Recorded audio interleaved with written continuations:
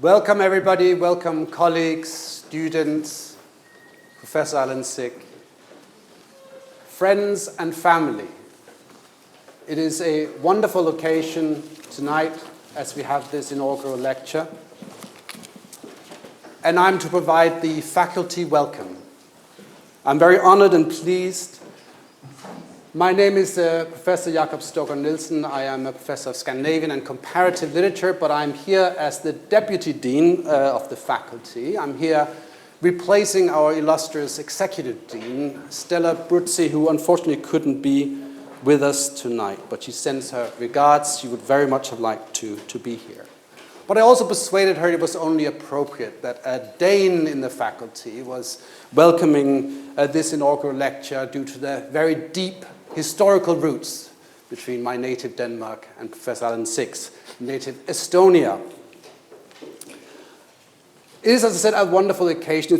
It's too rare that we get this opportunity to celebrate and appreciate the stellar contributions of a colleague to UCL and to our faculty. If you are infrequent visitors to UCL, you'll have noticed that we have done up the campus a bit for tonight's occasion, but also in order secondarily to celebrate UCL's 200th anniversary. And therefore, this particular evening is even more appropriate. It is also appropriate that we, in that breath, celebrate SSEES' more than 100 years history as a world-renowned institution in its field, and especially all the incredible colleagues and students who over the years have contributed to the life of this institution. Thank you, Jakob, and thank you, Simon. And I'm really glad to see so many students, great colleagues from SSEES UCL and beyond, friends and family here supporting me. I'm deeply honored to give this inaugural lecture today. And also, I must say, I owe a lot of gratitude to all of the people in the room because you've helped me to achieve what I've achieved. To start with the question in the title, I can answer the second question, what Central and Eastern Europe teaches us about party politics, in two very short words: a lot. I will elaborate on some of the detail and will also explain the first part of the title at the very end. So, where did it all start? How and why did I become interested in electoral and party politics? So, cut back to 1990. A high-rise suburb in the west of Tallinn, my childhood home, pictured here on the cover of a late Soviet publication, The Architecture of Tallinn, amongst the other gems that the city has to offer. So, what's on the mind of a typical 14-year-old teenager? I mean, you all know the answer: elections, elections, and elections. Not only did the first competitive elections in Estonia take place already in 1989, well before the country became independent, but within the following 3 years, the country experimented with no less than 4 different electoral systems. The highlight for me was the single transferable vote, a system praised by many political scientists, as I've learned afterwards, and also used in student union elections, for example, at UCL and Ireland, in Irish parliamentary elections. So it's a system where voters rank the candidates, and then they are, during counting, transferred from weaker to stronger candidates until they accumulate enough votes to get elected. So it was before the era of computers. So the counting and then transferring was done manually, and it took days. So I remember the teenage me tuning into hourly news bulletins on radio to figure out who's pulled ahead, who's dropped out, and who's got elected. So it took several days, so it was a little bit like a cricket test match. Then Estonia was opening up to the world, and secondary school student exchanges were introduced. And as a result, I spent a year at a high school in a country of Jakob in Denmark. Amongst lots of other things, I discovered an established, if complex, party system with its tradition of each party adopting a letter from the alphabet. For example, A for the Social Democrats, V for Venstre or the Liberals. I think by now they've run out of the alphabet almost. So also Denmark introduced me to yet another proportional electoral system that in the country has worked very well, especially already since 1920s. And in contrast to what many in the British commentariat would say, the Danes are mentally capable of actually understanding a proportional representation system. So, meanwhile, something exciting was brewing at the University of Tartu. Rein Taagepera, a renowned political scientist from California, but of Estonian descent, and a world-leading authority on electoral systems, had started a social sciences program there. Tartu remains one of my two favorite universities to this day. You can guess what the other one is. And here's Rein with, who is my good friend and mentor, to whom I owe a lot, with his wife, Mare. And the little girl on Rein's shoulders is my daughter, who is in the audience, along with her little brother. I mean, he's a bit bigger now.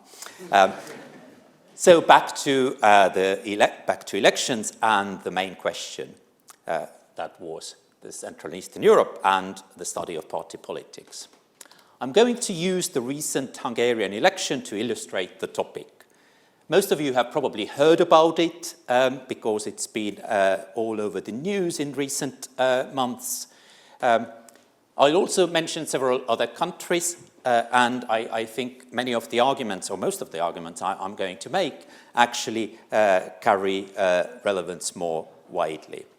So, in a nutshell, the result was that Fidesz, a right-wing liberal party that had governed Hungary for 16 years, was replaced by TISA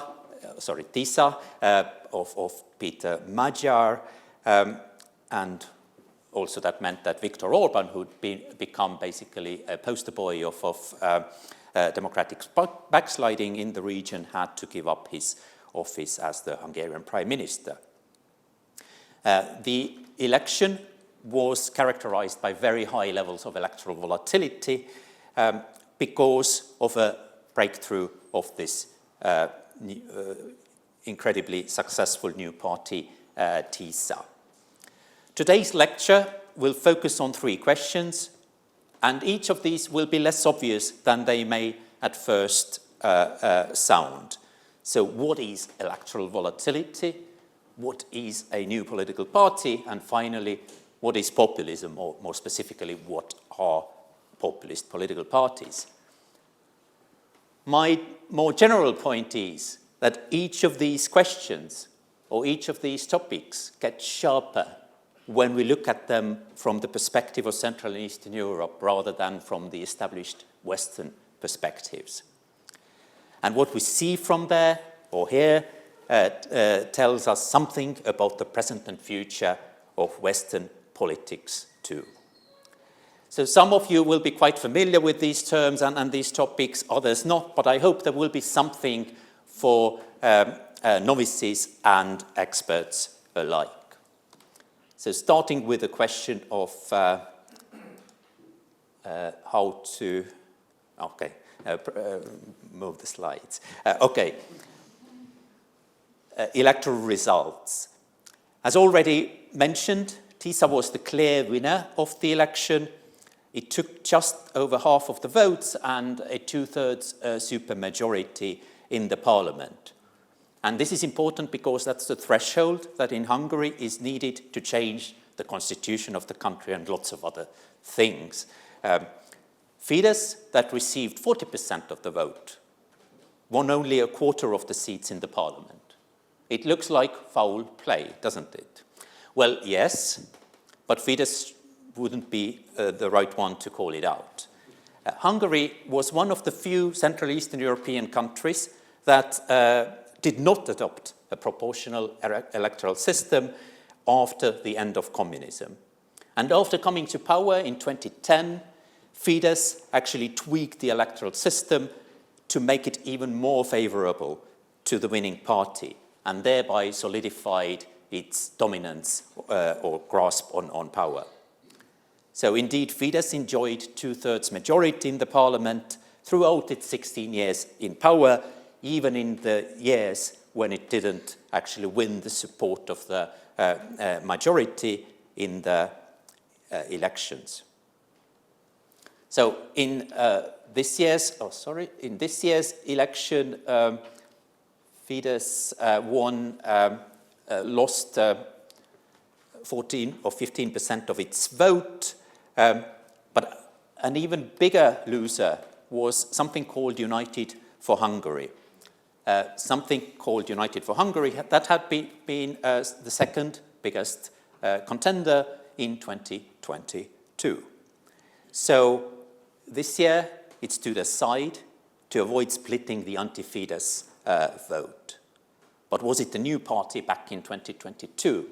We'll come back to that in a bit.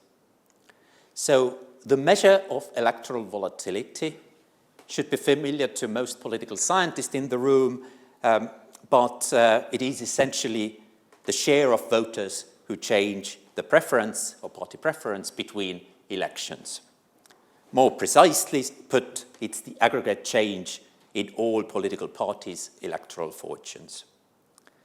Volatility in this year's election was 52%. That is very high.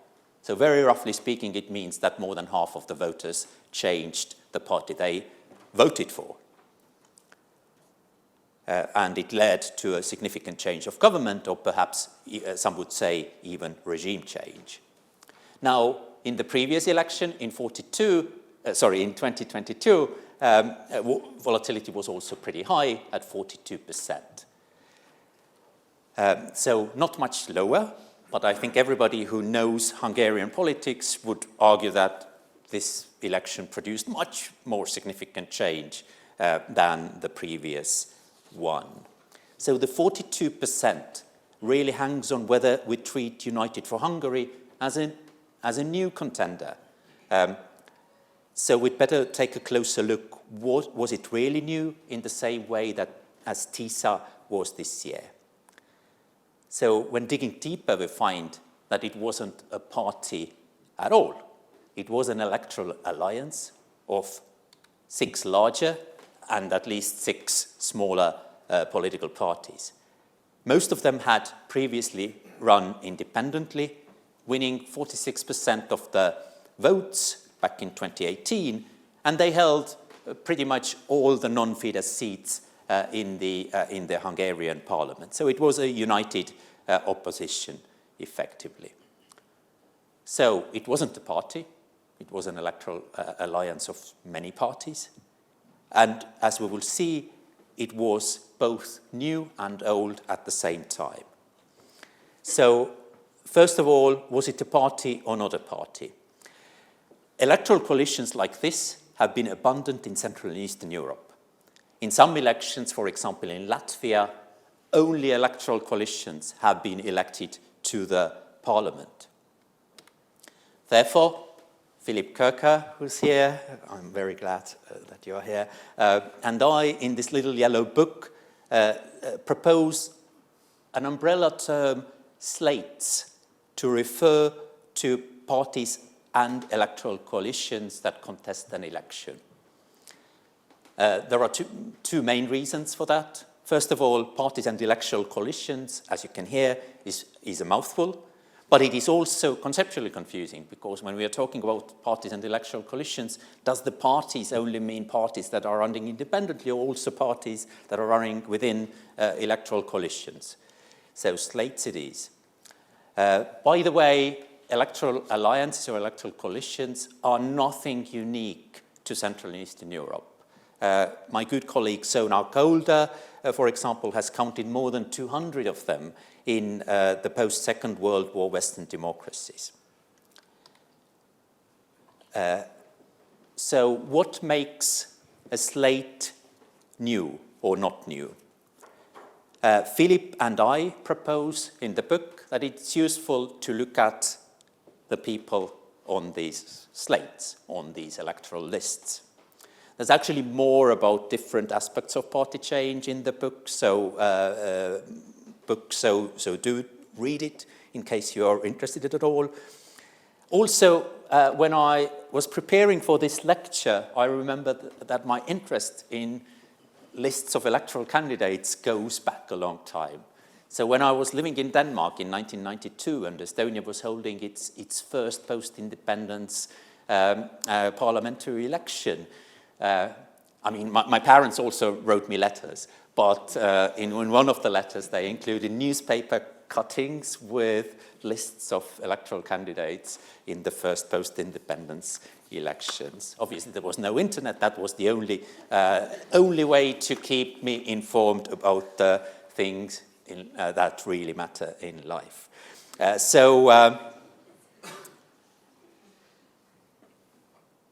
Yes. So when we are looking at the levels of candidate novelty, how many of the candidates running for us on a slate were new to electoral politics, we see that TISA was genuinely new. 99% of its candidates didn't run in the previous election. That's very high, but it's not exceptional in Central Eastern Europe. There have been quite a few parties with similar levels of or similar numbers of electoral newcomers that have even won elections and formed governments in countries like Bulgaria, Latvia, Slovenia, and Estonia. So these genuinely new parties, a term that I've coined for parties that have limited links to existing politics, have been a mainstay in Central and Eastern Europe. Now, Fidesz is also straightforward in a completely different way. It had very limited candidate novelty both in 2026 and also in previous years. Just 17% of the candidates were new. And overall, Fidesz over time has come across as rather monolithic and also almost sort of stagnating kind of a party. Now, things get interesting, but also complicated with United for Hungary coalition. Almost half of its candidates were new, the other half were not. So it was something of a Schrödinger's slate. In terms of the previous background of its candidates, it was a very colorful formation, as we can see. No, we can't see. But it was a colorful formation. But it was also partially new because roughly half of the candidates didn't contest the election in previous election. And these sort of partially new parties are also incredibly common. And now, returning to the question of electoral volatility, in order to calculate the sort of measure that shows overall levels of political change between elections, we have to decide which parties are new and which are not. TISA clearly was, Fidesz clearly wasn't, United for Hungary, who knows?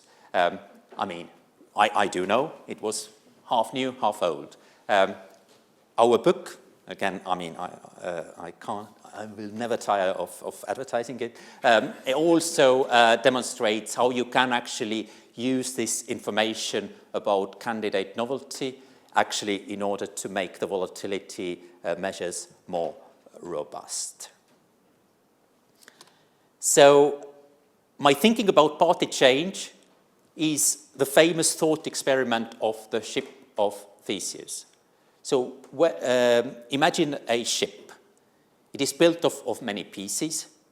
Over time, its planks and other bits get replaced. But at what point does the ship stop being the original ship and become a new one?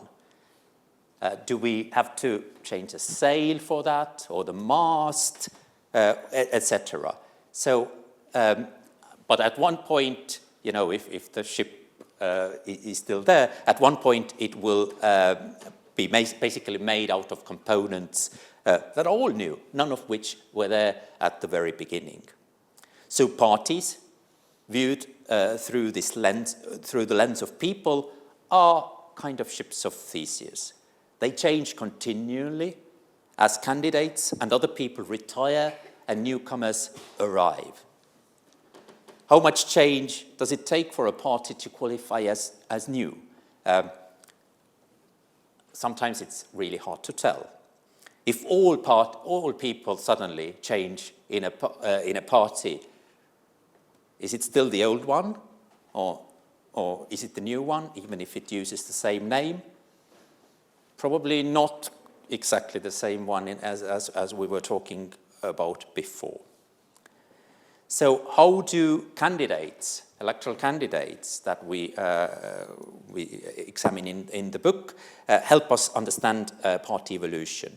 Again, returning to Hungary, this picture shows you the development of the Hungarian party system across elections from the first post-communist elections in 1992 to this year. And this is entirely based on the data on candidates and the candidate background of the slates.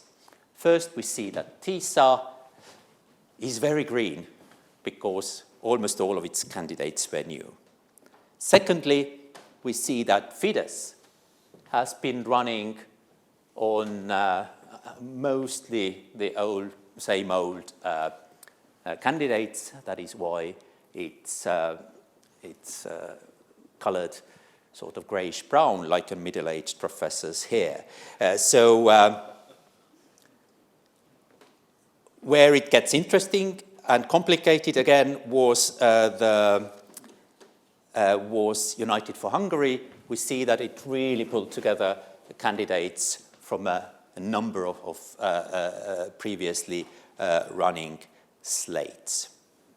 So it was neither properly new nor old. Also notice that the color there is quite sort of in between the two. So that shows you the kind of breakdown of the previous slates and new candidates. Quite a colorful alliance. Just very briefly to show you that this idea travels. I've been recently analyzing Italian elections or Italian candidate lists, and this is from 2001 to the last Italian parliamentary elections, the development of the Italian parties through the lens of candidates. Again, you can see some parties are sort of running familiar lists of candidates, while others have been actually reasonably new. Jakob, this one is for you. Now, even in Western Europe, party novelty and continuity has been, or should have been, contested for a good while. When the ethno-nationalist Danish People's Party was established in 1995, it looked like a simple split from the Progress Party. That was a kind of radical right party established back in 1970s, because almost all of its members and MPs came from the Progress Party with this cheerful Z logo. Yes, so it was kind of a straightforward case of a split. However, the story was more complicated, not least in terms of party personnel. The founder of the People's Party was Pia Kärsko, a long-term prominent leader of the Progress Party, who took bulk of the candidates and elites and not least voters with her. So which of the two was new? The Progress Party kept its name and sort of hovered around for a good while. However, also the People's Party can actually claim plausibly to be the heir heir of the original Progress Party. And these questions matter for various things. For example, something that political scientists often calculate: party age. So we can ask whether the Danish People's Party at the moment is 31 or 54-year-old. So is it in human terms youngish or a middle-aged human? Even more so, if a researcher was looking at these parties back in 2001, they would have been comparing a preschooler to an adult. So these things matter. And we use often these things like party age in our analysis. An example that is closer to home: most of us would associate the UK Independence Party, or UKIP, with Nigel Farage, the longest serving and by far the most prominent of its leaders, and probably the only household name UKIP ever had. But formally speaking, we shouldn't consider Brexit Party a successor to UKIP, because a niche, but as you can see from the logo, I hesitated putting it there because of how it looks like. This niche extreme right party called UKIP, that is a direct successor, legal successor to UKIP back in the days of Nigel Farage, it still exists. However, in many ways, Reform UK is much more clearly a successor through the Brexit Party of UKIP. And again, when talking about party age, should we say that the rump UKIP is 33 years old, sort of quite mature, and the Brexit Reform Party only 8? I mean, to be honest, to me, it doesn't make sense. So the party successions and splits can be complicated, and we shouldn't always follow the names, because names can be misleading. Now, hopping over the channel, in France, 2017 heralded a major upheaval in French politics. Emmanuel Macron, former non-partisan Minister of Economy, ran for presidency and set up a new party called En Marche. But it was only a partially new party, because only about 40% of its candidates had no previous political experience, even though only a few were sitting MPs. Also, to make things a little bit more complicated, for parliamentary elections, it actually entered an alliance with something called Democratic Movement, that was a much more established party in France. Now, in contrast, in 2022, Macron revamped En Marche into a Renaissance, and that led a slightly extended coalition called Ensemble. So when more than 50% of its candidates were parliamentary incumbents, and many others had been involved in politics in other roles. So my main point here is that even though we do see these different levels of candidate novelty in slates in Central and Eastern Europe, similar things also apply, and this sort of method is also very useful for the West. Populism, or more specifically populist parties. I will keep the discussion relatively brief. I could talk about populist parties and populism for hours. None of us wants that. But this is another area where Central and Eastern Europe, and also my own research, can teach us something useful for understanding parties, not only in our corner of the world, but more broadly, including the West.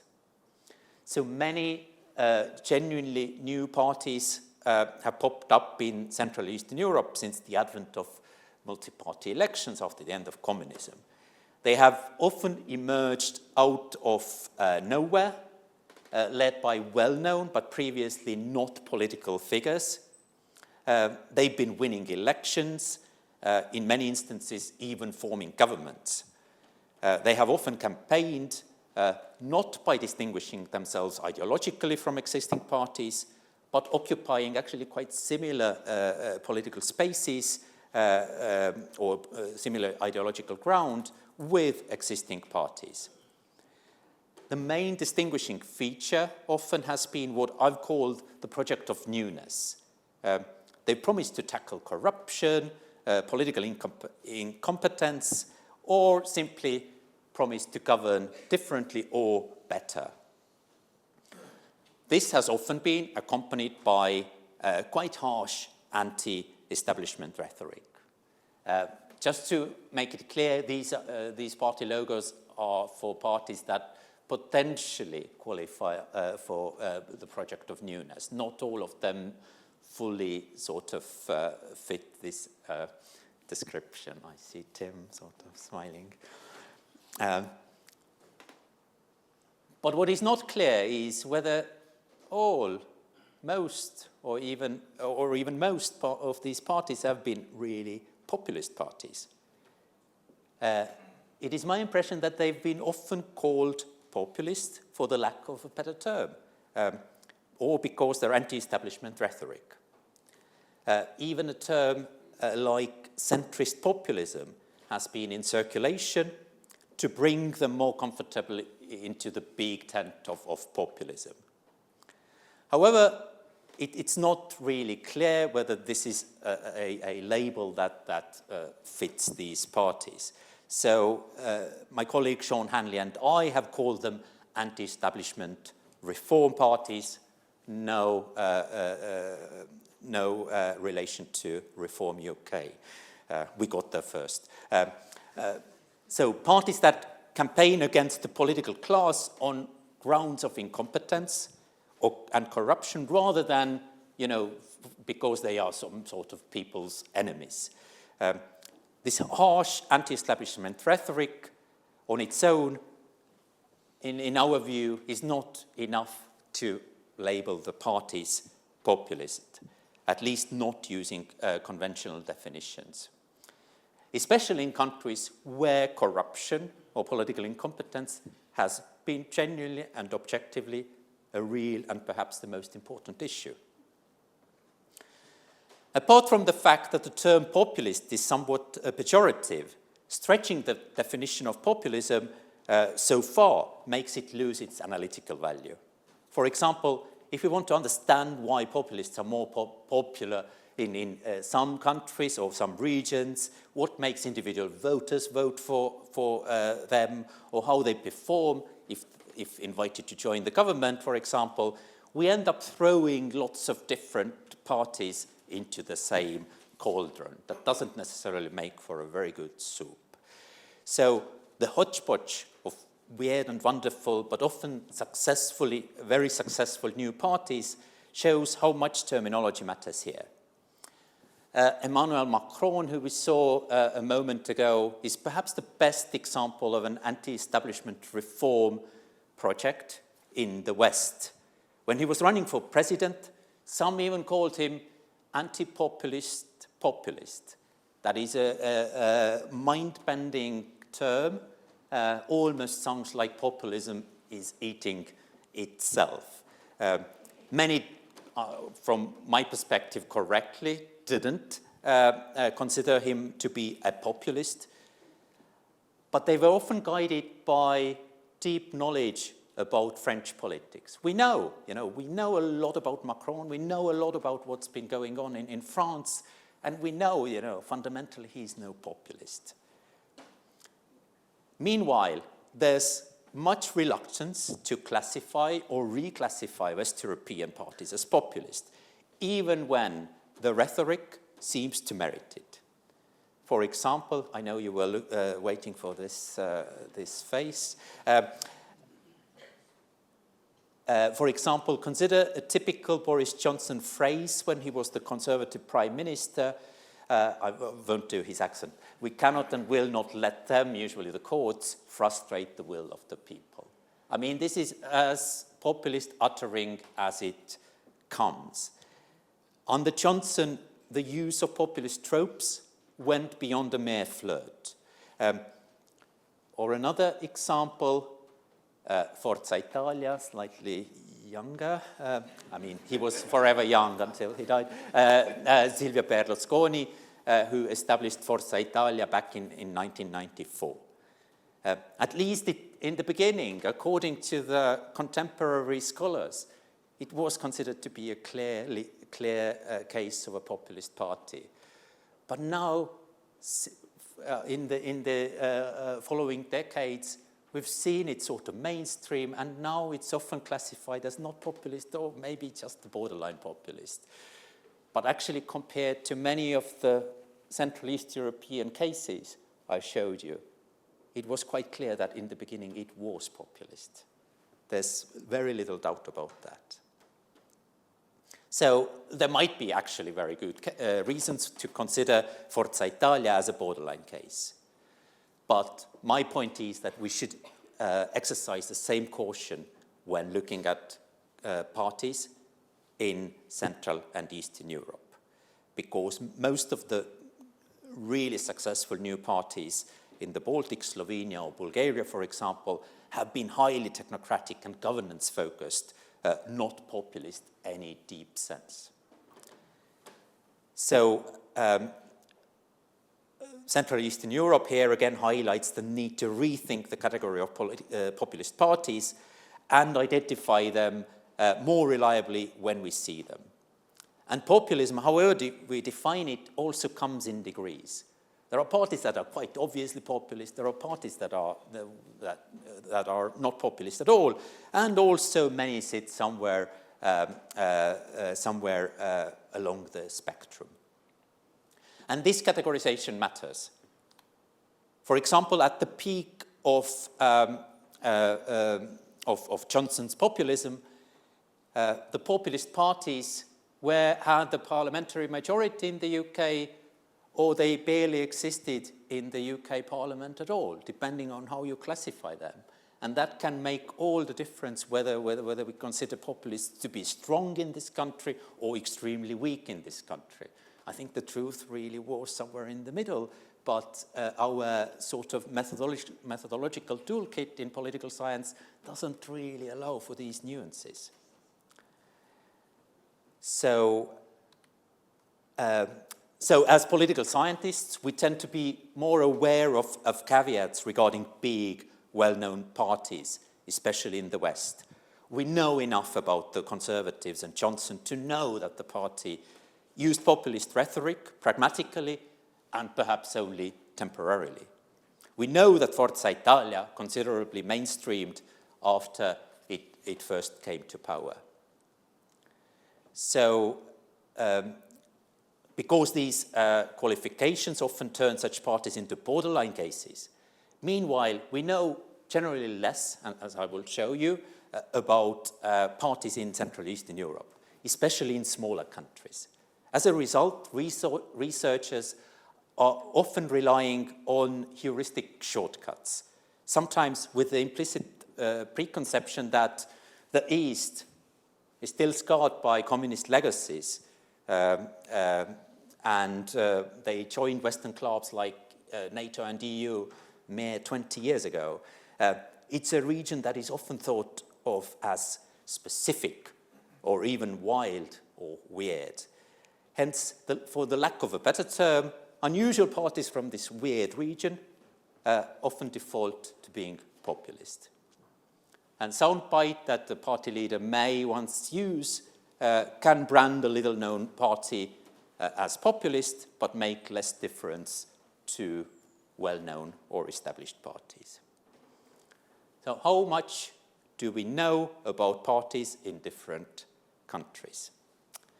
I would argue that what we know about political parties overall is disproportionately based on the West.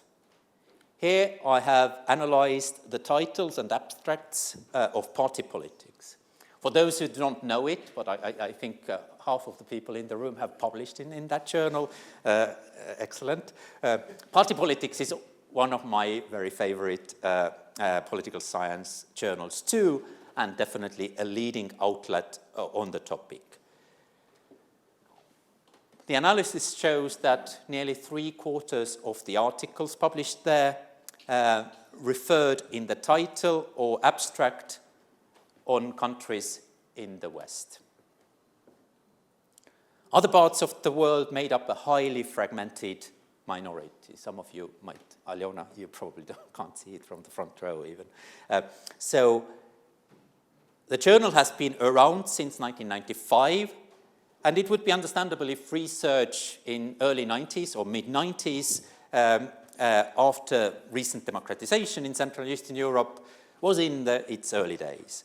However, when we look only at the articles published in the last 15 years, almost nothing has changed. I didn't accidentally copy the same plot twice, so to be clear. So little has changed. If anything, maybe the West has become a little bit more dominant. There are very obvious caveats here.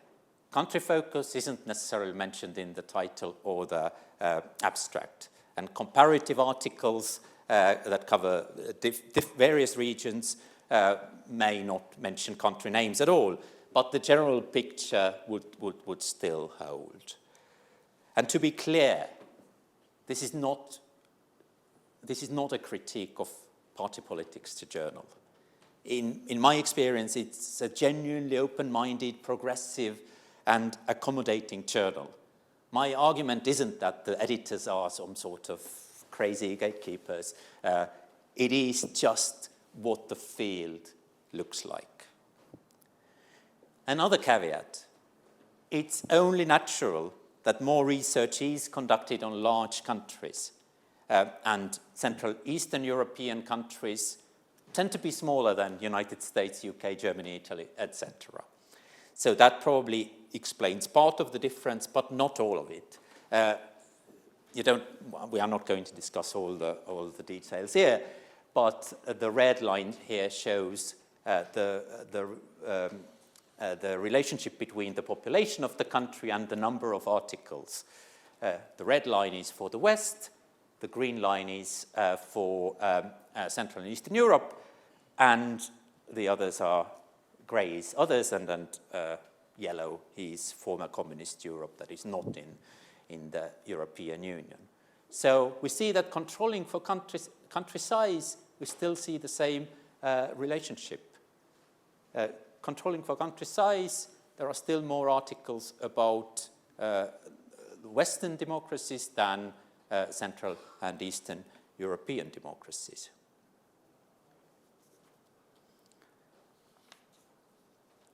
Well, much of this is completely unavoidable. As I understand from editors, fewer manuscripts are submitted on less studied regions, and obviously the coverage pattern follows from that. The more interesting question perhaps is not how much Central Eastern Europe gets covered, but how it gets read. In my experience, there's a lot of Central Eastern European research that speaks directly to puzzles emerging in Western politics too. But studies on the West are more likely to be treated as relevant in general, while studies from Central Eastern Europe tend to get filed under contextual or exceptional. The case for mainstreaming Central and Eastern Europe is linked to an argument made some time ago that much of the research in psychology is weird, and not weird as crazy, but based on Western, educated, industrialized, rich, and democratic countries, or experiments with people from these backgrounds. But findings based on these weird experiments do not always travel to other parts of the world. The same goes for political research. The findings, theories, methods, and approaches developed on Western soil aren't necessarily universal. They may reflect where they came from. Now, one of my favorite sort of niche subjects in political science is country size. So previous graphs suggested that smaller countries also receive less attention. Well, this is not surprising in the least, and it is also unavoidable. because there are simply fewer people who are familiar with small countries. But the fact also means that what we know about party politics, and actually other aspects of politics too, is predominantly based on evidence from larger countries rather than smaller countries. You could say that for most questions this doesn't really matter, but for some things it may do. When we think about the top 2 countries in the Party Politics Journal, United States and the United Kingdom, they contribute roughly 20% of our knowledge base. But the 2 countries use first past the post, that is a kind of unusual electoral system in democracies, and at least recently, until recently, both have had fewer political parties than is typical, even in the West.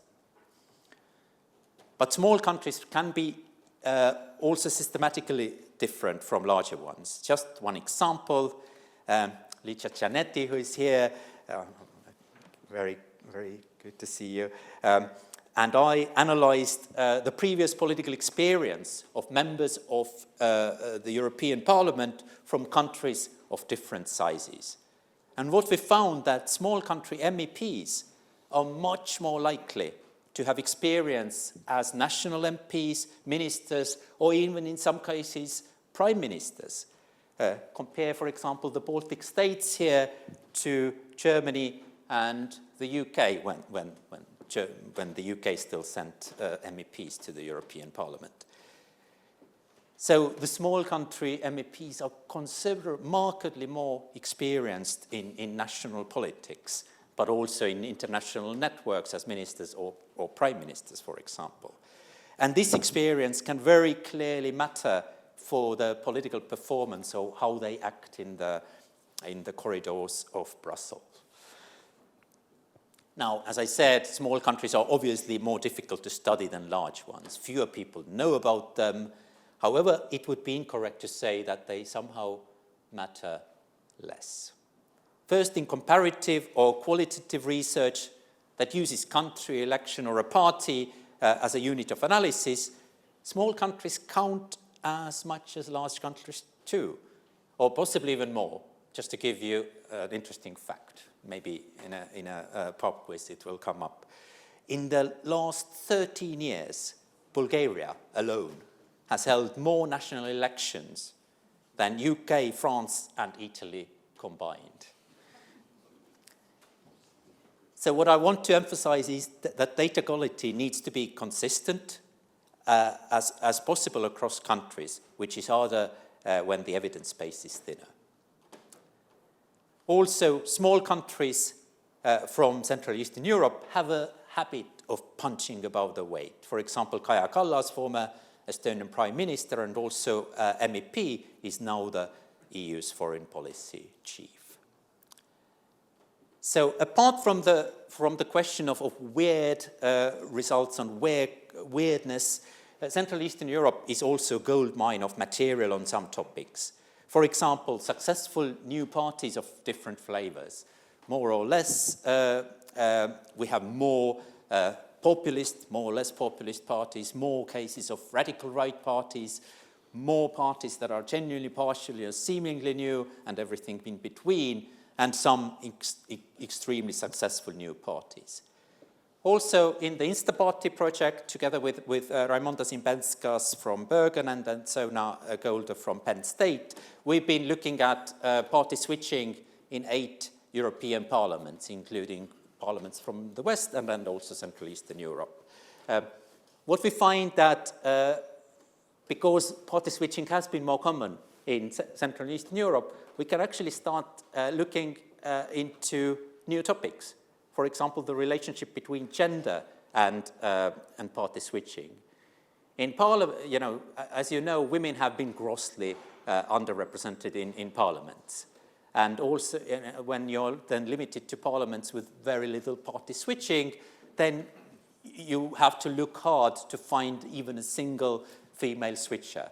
So Central Eastern Europe provides us much more detail on that, but also examples of various types of switching.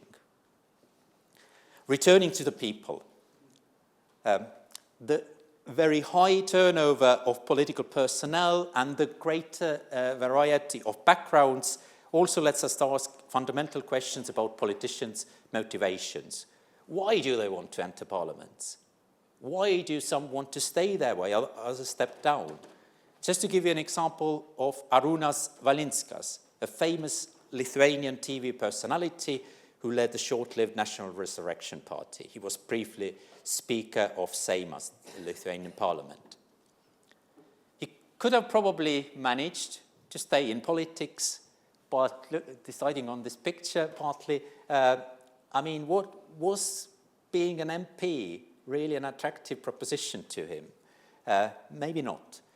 But this is a question that is very seldom asked, because in the West, politics has been seen since Max Weber as a vocation, something that people, a career path people choose, and then they stay in that profession until retirement.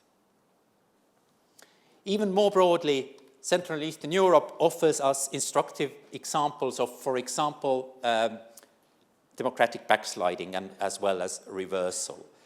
This is something that is becoming acutely relevant in some Western so-called advanced industrial democracies, a term that really refuses to die, even though advanced is becoming incredibly sarcastic these days. So defenders of liberal democracy in the United States would do very well to study Hungary and Poland really carefully, and I'm sure they are doing that right now. The UK and United States also highlight that the past is not always a good guide for the future. Decades or even centuries of stability can be followed by extreme or at least substantial instability. For example, in the UK, it looks like last week's elections were the beginning rather than the end of the rupture of British party system. To conclude, theory travel should not be a one-way street. Political scientists should aim to collect data from as diverse range of settings as possible. And we should by no means stop at Central and Eastern Europe. As the regional coordinator for the Bertelsmann Transformation Index, I've had a chance to learn from experts on Africa, Asia, and Latin America, and the lessons from the rest of the world can be equally instructive. Together with a German colleague, for example, who is an expert on political parties, I'm currently developing a research agenda comparing party politics globally. Looking further afield is necessary if we want to understand general laws and mechanisms that guide politics. So weird, again in the sense of the weird psychological research, advanced industrial democracies may not be perfect sites for developing general theories and approaches, not least because parts of the old order there seem to be breaking down as we speak. My good colleague Vincenzo Emanuela has pointed out that levels of electoral volatility have been creeping up in Western Europe towards Central and East European levels. Vincenzo and I also have analyzed the survival of West European, genuinely new parties, using the term I was mostly inspired by the experiences of Central Eastern Europe to actually analyze politics in Western Europe, successfully, if you ask me. This is closely related to the excellent research done by Tim Horton, I'm really glad to see you, and Kevin Deegan-Krause, who's unfortunately not here, on new party life cycles. In the book, The New Party Challenge, they use Central and Eastern Europe as a starting point, but then demonstrate that this sort of Eastern thinking can be used to shed light on other parts of the world. Political scientists have tended to think about Central and Eastern Europe as exceptional, partly because of the communist legacies. If not before, then perhaps now, nearly 37 years after the fall of the Berlin Wall and the advent of competitive elections, then we should ask, how much do communist legacies actually matter? Perhaps the remaining differences between the West and the East have more to do with the legacies or remaining legacies of long-standing democracy in the West, rather than the fading communist legacies in Central and Eastern Europe. So back to where we started, the title. I've probably made abundantly clear that Central and Eastern Europe can teach us a lot. The subtitle, or supertitle actually, All Tomorrow's Parties, is not just a cheap popular culture pun. I think it captures my core argument. If we want to understand tomorrow's parties, we ought to take Central and Eastern Europe and other parts of the world really seriously. In many ways, other regions than the West may herald what the future holds in store, even if it's not necessarily a pleasant picture. And I would like to finish on that optimistic note.